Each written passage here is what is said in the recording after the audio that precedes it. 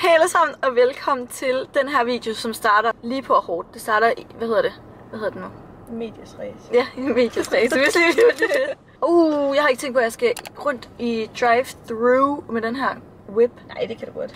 Anywho, den her video, det har I nok set på thumbnail og på caption og everything. Men det er vi bestiller det samme som personen foran os. Fordi at den sindssygt godt sidst, og vi spurgte på Insta her til morgen, at I godt kunne tænke jer at se mere af. Eller hvad I gerne vil se her fra USA.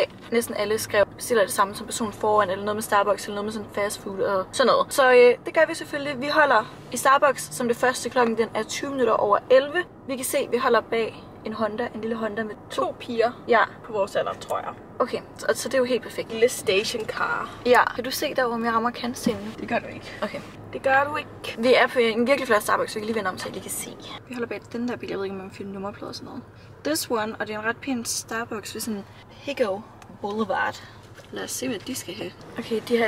Jeg tror, jeg har set det, så har du? Står på skærmen. Hold op, så tror jeg. Jeg vil ikke sige det højt. Ikke sige det højt. Nej, jeg siger ikke noget. Kig op fra det. Du skal kigge videre. En kæmpe skærm derovre.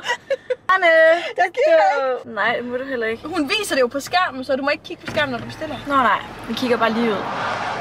Det føles også lidt forkert. Are there any food items I could get started for you today? Can I actually just get the exact same thing as the person in front of us? Everything food, drinks, and modifications? No, just whatever they got. Alright, give me one quick second. Alright, so that's gonna be 2 double smoked bacons, a cheese and fruit box, and then the total is going to be $29.35. Thank you. Okay, det var lidt en fejl. Du skal sige, uden at de må sige det. Ja, okay. Ikke sige, hvad det er. Vi bliver lige bedre undervejs. Okay, men en god en. Ja, der var virkelig meget. Noget med pistache og sådan noget. Vi skal frode dem der foran os, og det skal vi så også. Hvor skal vi køre hen og spise? Man venter bare på, at hun siger stop. Good, thank you. Nå, jeg har så ikke betalt. Card. Tip or anything, just put no if you want. Oh. Ej, hvor pinligt. Det var totalt. Jeg glemte fuldstændig, at man skulle betale og sådan noget. Thank you. Have a good day. You too. Okay, men fuck, og så sagde han også, om det var card, eller om det var Apple Pay. Så er sådan card. Og så kommer han med Apple Pay. Fuck, den ser god ud, den der. Og så er han sådan, du kan bare tippe her, hvis du vil. Det behøves ikke. Så er sådan, okay, no thank you. Okay. Skal vi starte med drikke? Ja, men der er ikke nogen kriterier. Nej, men det står jo her på. Caramel Crunch Frappuccino. Der ser sådan her ud. Den ser faktisk meget lækker ud. Den ser så god ud. Ja. Det her det er en pistache cold brew. Så det cream med hvad? Sweet cream. Der står bare cream. Tror du så ikke, at det er en cold brew med pistache? Sweet cream? Ja. Er der ikke bedre lys derovre? Og lidt sprinkle her. Det er ikke prøv lige vand. Skal vi bare holde her? Ja. Okay.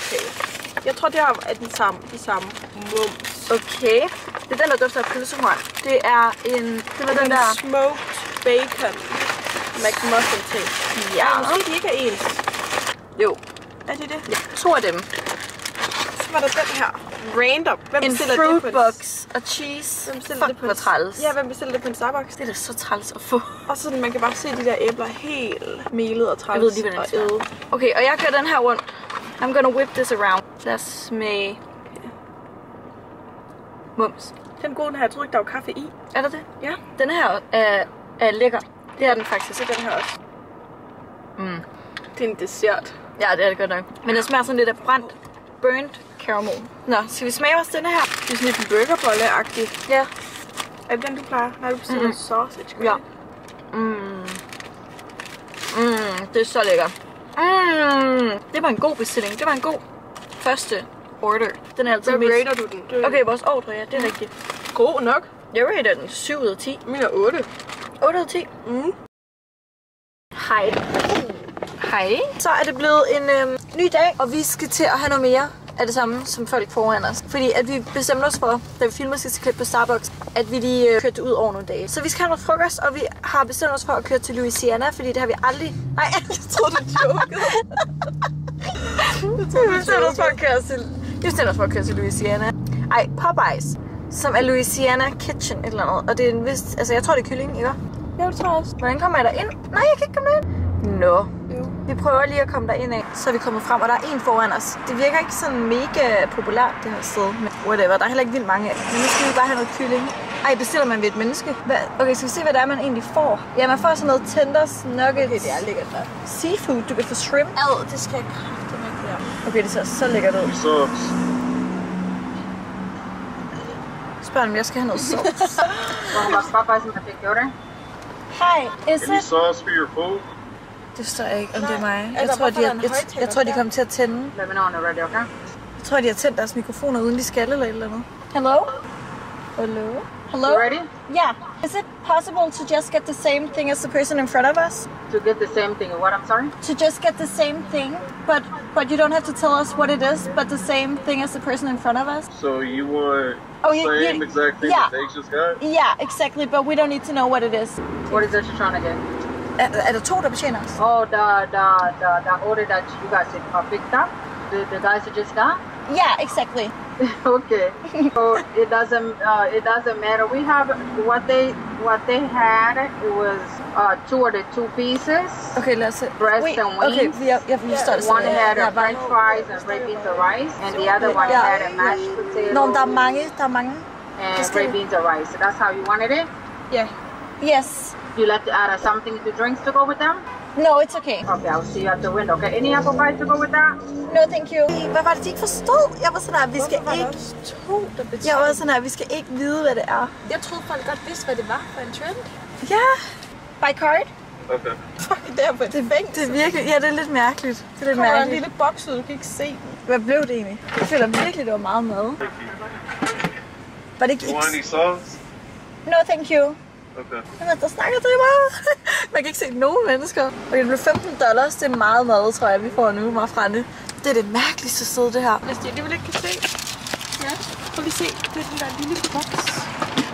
Vi kan ikke se nogen, der snakker, så bliver det bare åbent. Sådan der. Okay, thank you. Thank you. Okay, spændende. Det var godt nok et sjovt sted. Lad os se, hvad vi har fået. Skal vi det? Det blev $15. Og det var ikke engang dyrt. Nej, jeg føler, vi har fået så meget mad. Vi har fået, altså BIC, Big Box, 2-piece custom breast spicy, wing spicy, biscuit, mashed potatoes og gravy, beans and rice, endnu en Big Box med breast spicy, wing spicy, biscuit, fries, beans and rice. Hvordan blev det så billigt? $15. Hold da op. Der kommer en bakke med ind. Det lyder som noget for mig. Okay, lækkert. Der er 2 boks, 2 af dem her. Og så ser det sådan her. Men det er også kastet ned i, hva'? Så ser det sådan her ud. En af dem har mashed potatoes, og den anden har rice and beans. Og fritter og chicken tenders og biscuit. Hvor er de der rice and beans? Det her nede i. Kan man se det som en lille boks? Okay, det bliver for meget. Det synes jeg er vildt, det her. Kan man se det? Så jeg har fået fritter, og du har fået mashed potatoes. God kylling. Nej, prøv at smage fritterne. De smager de der pepper strips. Ja. De er fucking gode. Det her, det er lækkert. Nej, hvor er det lækkert. Smag lige noget kylling. Ej, det for se, det er ikke chicken tenders, det er helt sød kylling, er det ikke? De her fritter, de er så gode. Det er nok de bedste, vi har fået. Ja, vi lige smage noget kartoffelmos med gravy. Med sauce. Jeg tror aldrig, jeg har smagt gravy. Lugter sådan lidt mere spicy. Og det her, det er sorte bønner. Det er lidt svært at spise til gengæld. Det kan jeg ikke lide. Det er en ægte vinge, det der KH. Det her, det er kartoffelmos. Det kan ikke lide den der gravy. Det passer ikke rigtigt til. Hvad er det for noget egentlig? Det ved jeg ikke. Det er lidt en mærkelig vibe, fordi det er sådan lidt asiatisk mere, eller sådan lidt spicy. Så er der en lille biscuit med, det gider man jo heller ikke. Nej, det gider jeg simpelthen ikke. Jeg smager det her chicken. Jeg er ikke så god til sådan noget, hvor der er knogler og sådan noget. Det smager godt til gengæld. Men det er nederen, det er wings og ikke tenders. Jeg er også mere til tenders. Hvor vil man hellere have en wing? Det ser meget lysrødt ud, det her. Det smager ikke så godt. Det her det er så ulækkert. Det er bare fritterne. Og, altså kyllingen smager også sindssygt godt. Jeg er nødt til at smage, tror jeg, men hvad skal jeg gøre det her? Okay, hvad rater du det? Jeg synes, det er svært, fordi fritterne er 10 ud af 10. Det her det er jo så voldsomt. Hvordan skulle man kunne æde det her? Du skal have en bid af den her, det kommer ikke til at ske. Det. Fritterne 10 ud af 10. Kyllingen 8 ud af 10. Kyllingen smager virkelig, virkelig godt. Resten er random. Så jeg tror til sammen, så rater jeg det 6 ud af 10 af mine. Jeg vil ikke komme tilbage. Jeg vil hellere kylling et andet sted. Men fritterne er virkelig gode. Dem kunne vi godt go back for. Og jeg ryster helt. Jeg skal spise det her. Jeg synes virkelig ikke, det er så lækkert. Okay. Det er god kylling. It's good chicken. Man skal nok sidde med lidt bestik og grave ned i. Ja, men fritterne er så gode. 6 ud af 10. Ja.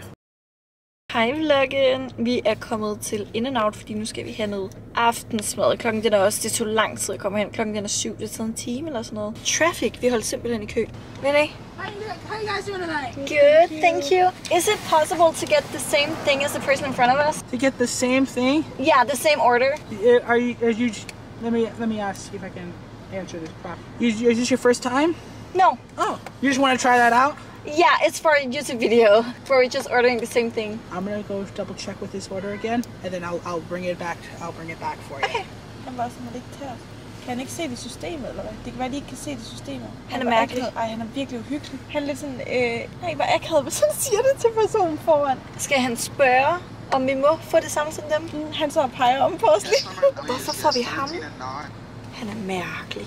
Han er også sådan lidt, den måde han er på, det er sådan en cirkusklovn-agtig. Yeah. You want to do 2 of those? Yes, but you don't have to tell us what it is. Okay.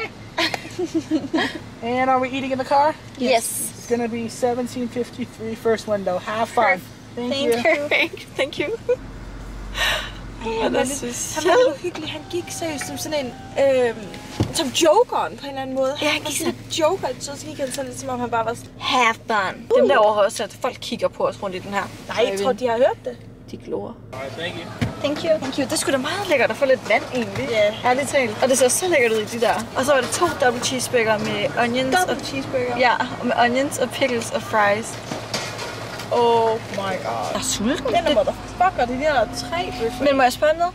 Hvorfor lugter det lidt af varm leverpostej? Jeg smager lige en fritte. Okay, vi har fået vores in and out. Jeg skal fortælle jer, hvad vi har fået nu. Vi har fået en helt perfekt ordre på en måde. Det her ser fucking lækkert ud. Det er altså noget, jeg godt kan lide. Prøv at se, Brænde. Vi har fået vand i sådan nogle her med is i. Det ser så... Jeg håber ikke, at det smager deres eget vand. Det tror jeg ikke. Ikke så meget sted, vel? Og så har vi fået... Det smarte ved in and out, det er, at de spørger mig at have det i bilen. Og så har de så en bakke, der er perfekt lavet til bilen. 2 double cheeseburger med pickles og onions. Og de har de bedste onions. Og så har vi fået pomfritter i pomfritbar. Det er en... Det er sjovt, fordi du er ikke så vant. Det er, når jeg er sammen med dig. Du får det bedste frem i mig. Vi har ikke fået en dobbelt før, har vi? Nej, det er vores første. Det også godt lide. Jo, fik vi en dobbelt der sidst vi lavede det her. Det her er deres ketchup. Nå, det er bare Heinz. Det er vildt god ketchup. Er det ikke? Det ser bare bedre ud. Skål, Franziska.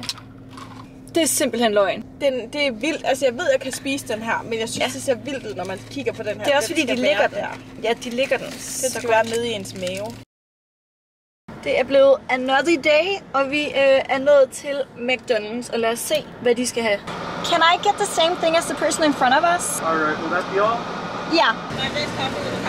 Yes. Oh my god. Thank you.